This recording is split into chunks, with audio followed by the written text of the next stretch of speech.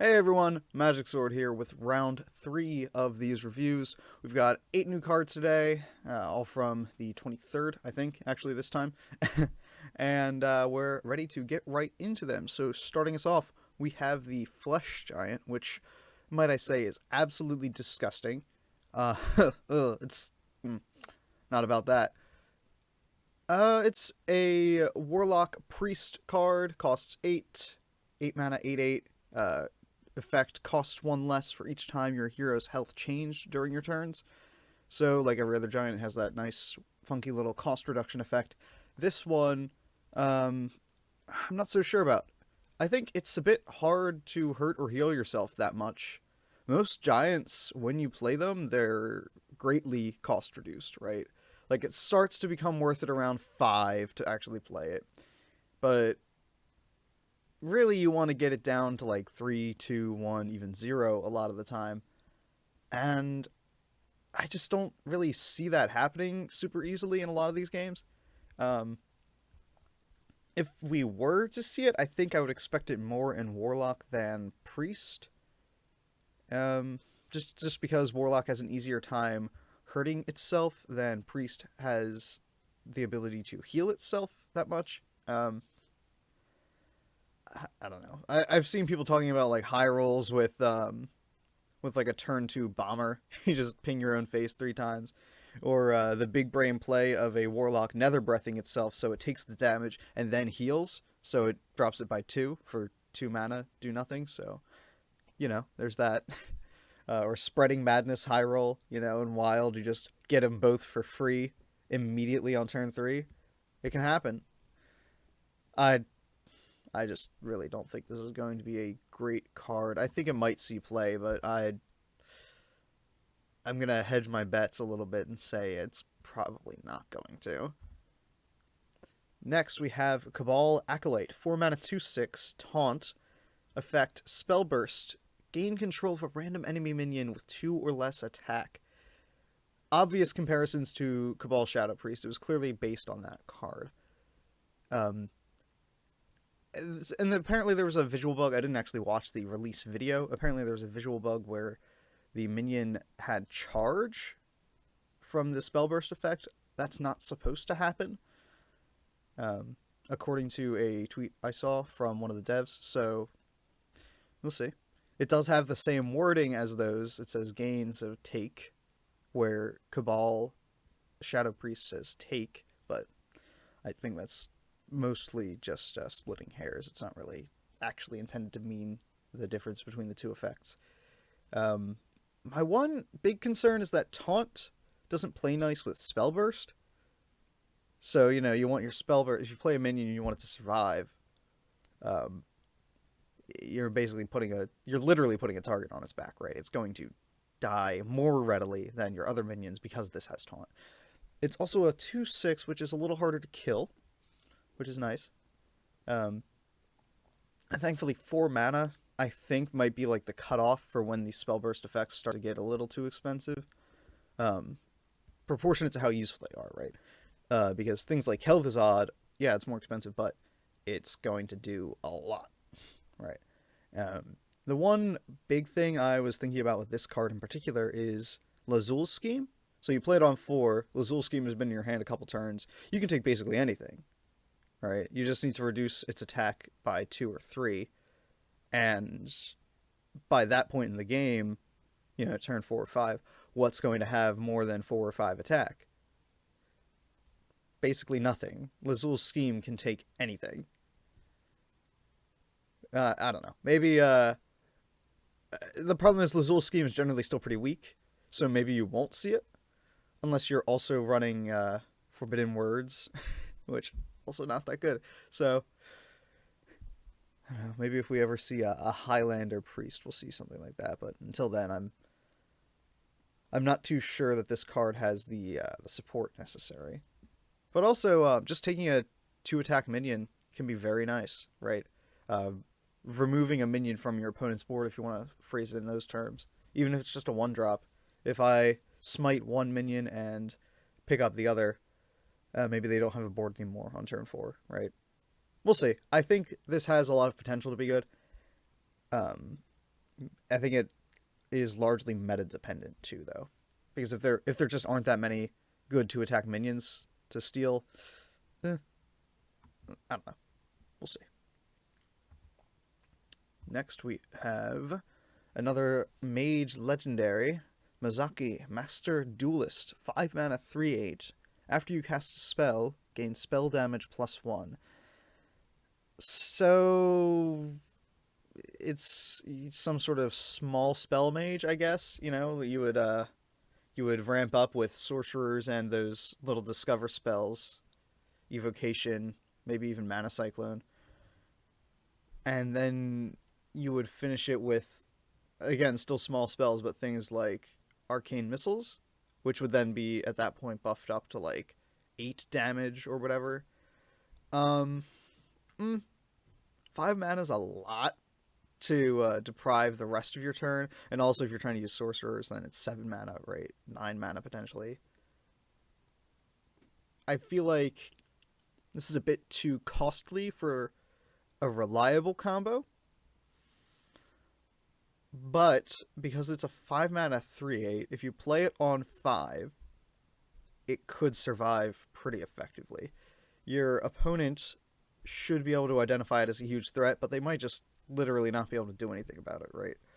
So in that way, you might be able to do something with it, but this feels really weak to me. This feels like it shouldn't, like it comes out just a little too late to actually be of any use.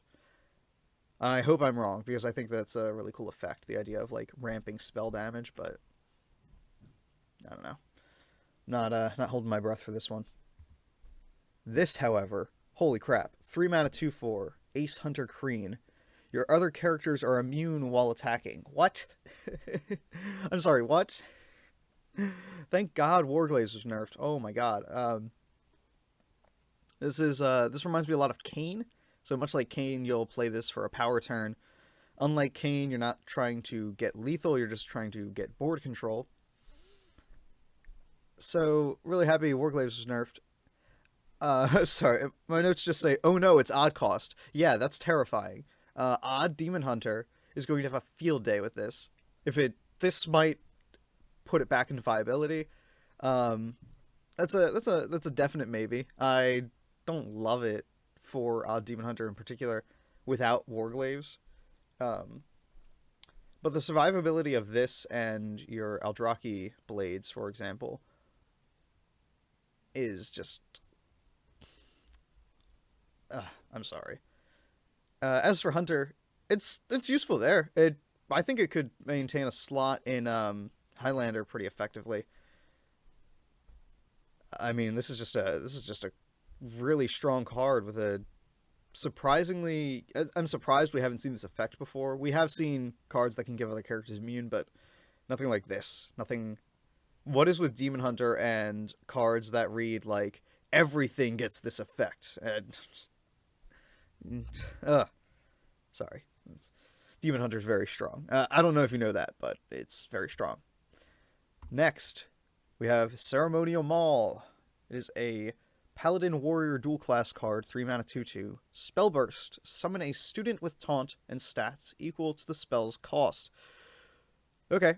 Initially, I thought this was bad, actually. I changed my mind on that. I think it could be good, depending on what spells Paladin gets, but we'll get into that in a bit.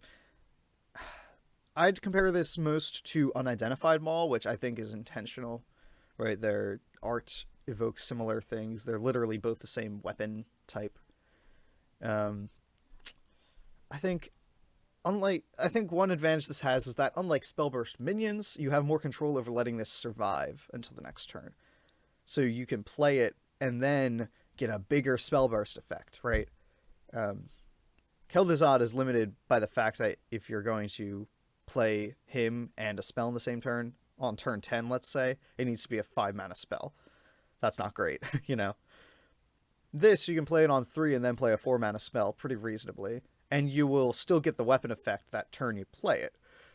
So, I was combing through Paladin spells because I don't think this will be good in Warrior. I don't think it really fits any current Warrior archetype. I was going through Paladin spells and I realized Librams are kind of out here because it has anti-synergy with the 2 cheaper Librams, right? The only Libram you could play with this reasonably is the 9 cost, and you would need to really discount it for that to be reasonable on curve, right? I think you could, if you discount it to 5, you can discount it to 4. It's kind of unlikely by this point in the game because you would need your the big reduction, the 5 mana taunt. But the cheapest Libram, assuming you've discounted it, doesn't really do anything because it summons a 0/0 with taunt, which just won't exist. I'm assuming that will still proc the spell burst, but that it would just not work out well for you. You would just waste it. I could be wrong on that, in which case it could work a little better because it's not anti-synergy, it's just that it won't work.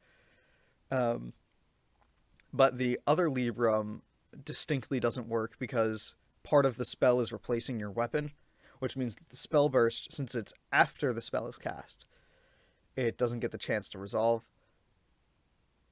So Librams, it doesn't strictly work with the Librams themselves. It could still work in Libram Paladin because that deck does run a lot of other buffs. I was thinking Blessing of Kings, but the issue is that a minion has to stick by that point, right? And if you're playing a weapon on 3, that means you didn't play a minion on 3. And what are you playing the Blessing on? So counterpoint, you play a 2-drop, you use Ceremonial Maul to maintain board control, that 2-drop stays alive, then that's what you cast Blessing of Kings on. If you have a sticky 2-drop, like Shotbot, or, well, no, let's just say Shotbot, because that's like a great Paladin card, right? Then maybe, or you could use it on your hero power with like a 2-mana buff spell, and then you get a 2/2 with taunt. I don't know. It seems like it should be good now that I'm thinking about it, but it might just be lacking like exactly the right support card, you know? The other thing I considered was that 3 attack, 2 versus 3 attack is kind of a big deal, right? We saw that with the Corsair Cash nerf, so maybe you won't really be able to keep control of the board on 3 with this, right? Against Demon Hunter, you'll probably be fine. Against anyone else, their minions tend to be a little beefier. You know, they might have 3 or 4 health even. So I don't know if this is going to be able to really keep your 2-drop alive, strictly speaking. I don't know. We might also just see a great Paladin spell released that fits perfectly into this scenario, right? It could be a 4-mana summon a minions type spell, and then you do that and the 4/4 taunt. That's brilliant. That would probably be run in every single Paladin deck. Or even if Warrior gets something like that. I doubt it. It's not really in the flavor, but it's possible that Warrior gets a good spell. Yeah, that was the big problem. I didn't see it in Warrior because Warrior doesn't have good spells. All right, next up we have Totem Goliath, 5 mana, 4/5, Death Rattle, summon all 4 basic totems, Overload 2. Ooh. When asked what I thought the theme for Shaman would be this expansion, I said it definitely won't be Totem, because that means that it would get support for a package that already exists. And Blizzard proved me half wrong by releasing this, because it's bad. It is a bad totem card. 5 mana, 4/5, with what is admittedly a pretty strong Death Rattle. Overload 2 kills me. 5 mana, 4/5 is already kind of like, ugh, whatever, fine, it's okay. But basically every good Overload card I've seen is about cheating out immediate effects, not cheating out Death Rattles. You're paying for more benefit now with next turn's mana. You're loaning out next turn's mana to get tempo, usually, or a more powerful spell than you should be able to get, right? And this does not do that. It is the opposite. You are borrowing next turn's mana for an effect that will go off next turn. And I just don't... I really don't think this is strong enough. I hope I'm wrong, because I love Totem Shaman conceptually. But I don't know. I have a few more negative points here. Just let me run through them real quick. You can't hero power after it dies. You have all 4 totems. You lose some mana flexibility. You have to have a fairly underdeveloped board when it dies, because it summons 4 guys, right? You can't have more than 3 other guys on the board, which on turn 5 isn't ridiculous. But if you're trying to build a wide board, like this gives you a wide board. Theoretically, you are trying to Bloodlust the next turn. Oh, also, you can't Bloodlust next turn because you overloaded 2. So you only have 4 mana if you play this on curve. But if you're trying to set yourself up for a Bloodlust turn, that means you want a wide board already. So either your deck is kind of at odds with this, right? Because you're trying to build a wide board to Bloodlust. This is one of your tools, but if you're trying to have a wide board, you can't have one for this Death Rattle to go off and be effective. It's anti-synergy, right? I think I might be too focused on the negatives here to see the positives of it, but this really does not feel strong to me. I don't think it'll be any good. Next, however, holy crap, we have Glide, 4 mana Demon Hunter spell. Shuffle your hand into your deck, draw 4 cards, which for Demon Hunter basically just reads 4 mana, draw 4 cards. Outcast, though. It gets better. Outcast. Your opponent does the same. I was typing so fervently in my notes here that the letters are all jumbled. It's just a typo mess. It is awful. This is about as strong as everyone's saying it is. If you've been on Twitter or Reddit at all, people are going absolutely nutso over this card. And I get it. It is incredibly powerful. This is, most of the time, just reload for you. By turn 4, yeah, you might have like 3 or 4 5-drops in your hand. Or like 2 or 3 5-drops. So it's not strictly reload, right? But that gets kind of clunky. So maybe you do want to shuffle that, right? And sometimes you're getting rid of cards for your opponent, which is, again, really powerful. More rarely it'll be reload for them. But I find a lot of the time when I play Demon Hunter, I have no cards. They have at least 4. So you'll be shuffling cards that they've been holding. Hopefully you're not shuffling their garbage to give them a chance to draw into something. This potentially competes with Skull. In my opinion, I think the cost reduction on Skull makes Skull stronger. We'll see. We'll see on that. Honestly, I can't wait for when this gets nerfed to 5 mana and then Odd Demon Hunter gets it too. Oh man, it's gonna happen. I know it'll happen. It's Twin Slice all over again. Like I said, small bonus. Potentially, if your hand is clogged, you can Desperation Shuffle. Though by that point, I think you're a little screwed, maybe. Alright, last card. Warlock, Demon Hunter dual class, Felosophy, which, A+ for the pun. Copy the lowest cost demon in your hand. Outcast. Give both +1/+1. I think, in the wake of Glide, this got hard overlooked. Early game, you duplicate and possibly buff your Battle Fiend, because you're probably hard mulliganing for Battle Fiend, you know? If this is in your hand early game, then, you know, you're probably going to use it for that, right? Maybe you Battle Fiend on 1 instead of playing this on 1 for tempo, right? So maybe you'll get a duplicate Satyr instead or something. Mid to late, duplicate whatever's in your hand, and you're going to probably buff it by that point, right? It's probably going to be in the leftmost part of your hand unless you got clogged up with, like, Metamorphosis or something. Either way, it's resource generation, which is very useful for Demon Hunter in the mid-game. Maybe that's a little at odds with Glide, but who knows. And in the later parts of the mid-game, early late game, you're not really doing too much else with your mana anyway. So I feel like you could get away with this pretty easily in pretty much any way. The one flaw I see for Demon Hunter is that the late game, you're kind of just... it's a dead draw, right? It's totally useless to have this in the late game on an empty hand. Hopefully, between Glide and Skull, there's enough consistency in the deck otherwise that won't matter. But you never know. It would be such a feel-bad moment to draw Felosophy off the top of your deck when your hand is empty. As for Warlock, the other class here, not Shaman, like I was going to say.